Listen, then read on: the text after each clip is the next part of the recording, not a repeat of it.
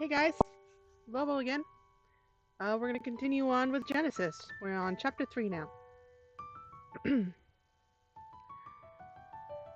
Now the serpent was more subtle than any beast of the field which the Lord God had made. And he said unto the woman, Yea, hath God said, Ye shall not eat of every tree of the garden? And the woman said unto the serpent, We may eat of the fruit of the trees of the garden, but of the fruit of the tree which is in the midst of the garden, God hath said, Ye shall not eat of it, neither shall ye touch it, lest ye die.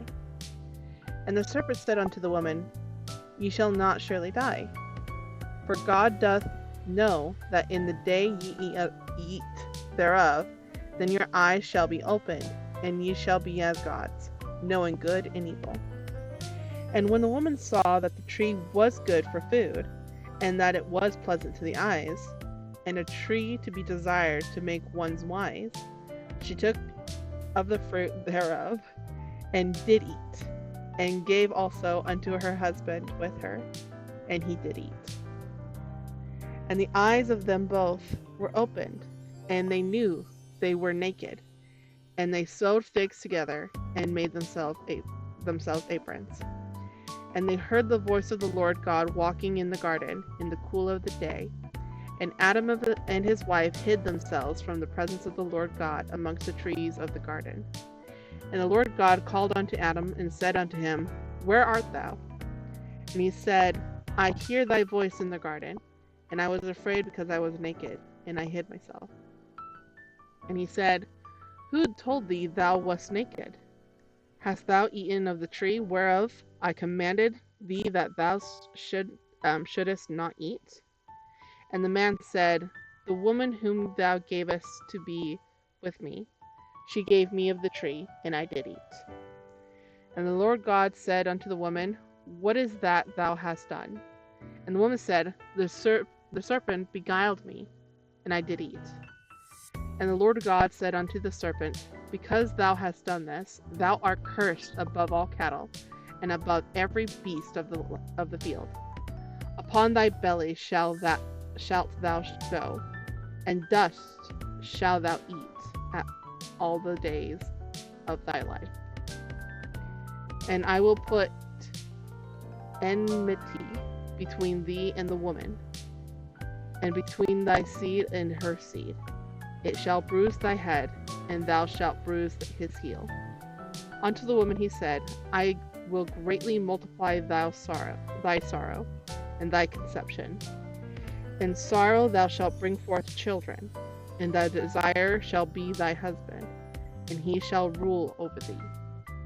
And unto Adam he said, Because thou hast hearkened unto the voice of thy wife, and hast eaten of the tree, of which I commanded thee, saying, Thou shalt not eat of it, cursed is the ground for thy sake.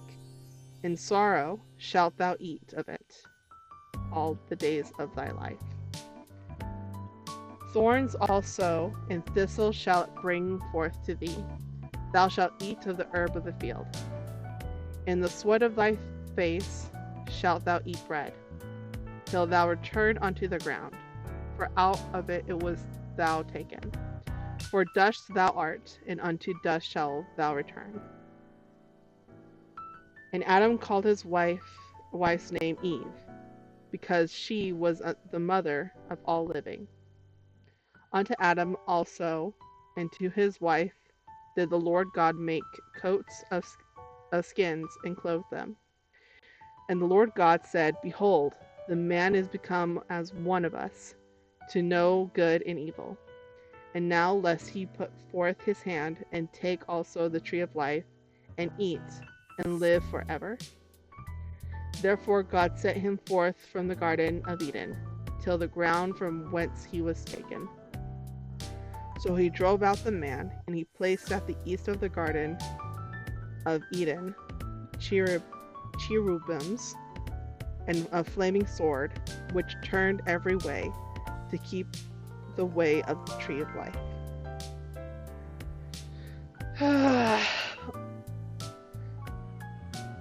course, women couldn't listen. When do we ever listen? We think we know, especially if we listen to like a snake.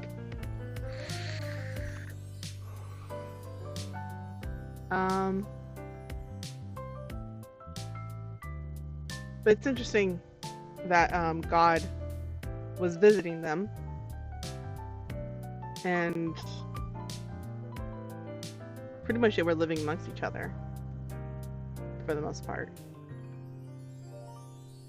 And it was like a test that, you know, you were living in this wonderful blessing of the world, the Garden of Eden, and then it just takes a snake to tempt Eve to eat the fruit.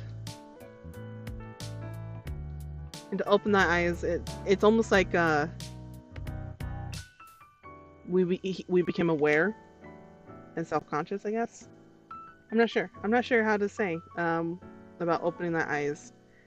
Oh yeah, we're the only species that know shame. That's what it is. Dogs don't feel shame just because they cower and everything. They just know you're angry, but they're like, I don't know what I did. Sorry. But yeah, cats don't know shame. Dogs don't know shame. I doubt cattle and everything know shame. But that's what makes us human, is that we have a perception of emotions. And that's why we have the urge to cover up. But you know, shame is what helps keep our society like aware of, you know, civility, I guess. So shame is not that bad in the context that can't do anything about it now. We have to live with the world around us. So let me guys know what you think of this chapter, and which verse was compelling to you.